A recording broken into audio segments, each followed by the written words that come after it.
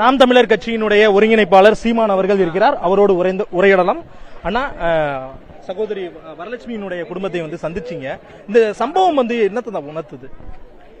இல்ல, நம்மளுடைய வழக்கமா நம்ம அரசுகள் கடைபிடிக்கிற அலட்சிய போக்கு, கவனக்குறைவு அதை காட்டுது. இது அதனாலதான் நான் உங்களுக்கு சொன்னது, விபத்தா நம்ம ஏற்க முடியாது.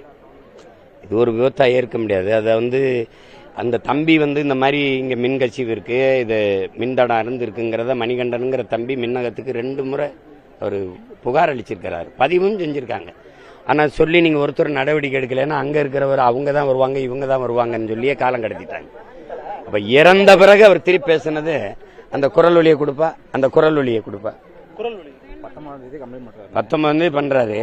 அவர் பேசுறாரு, என்னங்கன்னா அவரு நீங்க பண்ணாதனால இறந்து போயிட்டாங்க ஒருத்தர்னோன்னு ஐயோ அப்படின்ட்டு வைக்கிறாரு. அப்ப அந்த மாதிரிதான் இருக்கு. இதுல எங்க பாருங்க போடுங்க, அது ஏத்துக்கிட்டாங்க, அந்த பதிவை எடுத்துக்கிட்டாங்க, அவங்க கொடுத்த மனு எடுத்து. கம்ப்ளைண்ட் கொடுத்திருக்கீங்க 19ஆம் தேதி.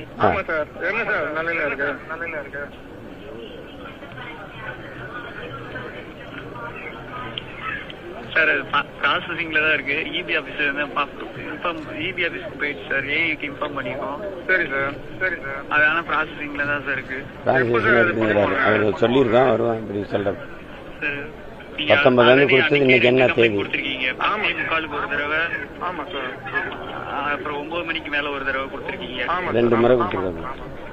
2 தான் சார். அப்படிங்களா? இதுல சார் இப்போ கம்ப்ளைண்ட் போட்டு எத்தனை நாள் சார் நீங்க சரி பண்ணி தருவாங்க? சார் டிபிஎஸ்ல அவங்க தான் பாப்பாங்க. கரெக்ட் தான் சார், இது வரைக்கும் எந்த காலம் வரல.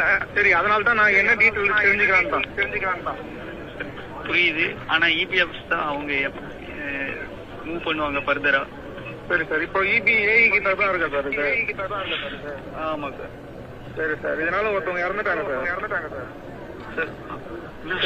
ஆமா சார், இறந்துட்டாங்க. அது இன்ஃபர்மேஷன் கொடுக்குறேன் சார். இந்த அலட்சியத்துக்கு என்ன காரணம் நினைக்கிறீங்க? அலட்சியத்துக்கு அதுதான் காரணம். யார் இது யாரு போய் கேட்க போறது? இதெல்லாம் இவங்கெல்லாம் ஒரு உயிரா, அவங்கெல்லாம் ஒரு பொருட்டாங்கிறத. அவங்களெல்லாம் ஒரு மதிச்சிருந்தா தனியாருக்கு எதுக்கு கொடுக்கணும்? இதை தாரை வார்த்தைக்கு ஏன் கொடுக்கணும்? முதல்ல இவங்களை பணிக்கு எடுக்கும்போது தனியார் பணியாளர்களை எடுத்தீங்களா, அரசு பணியாளர்களா எடுத்தீங்களா? அப்ப ஏன் தனியார் கொடுக்க வேண்டியது வருது?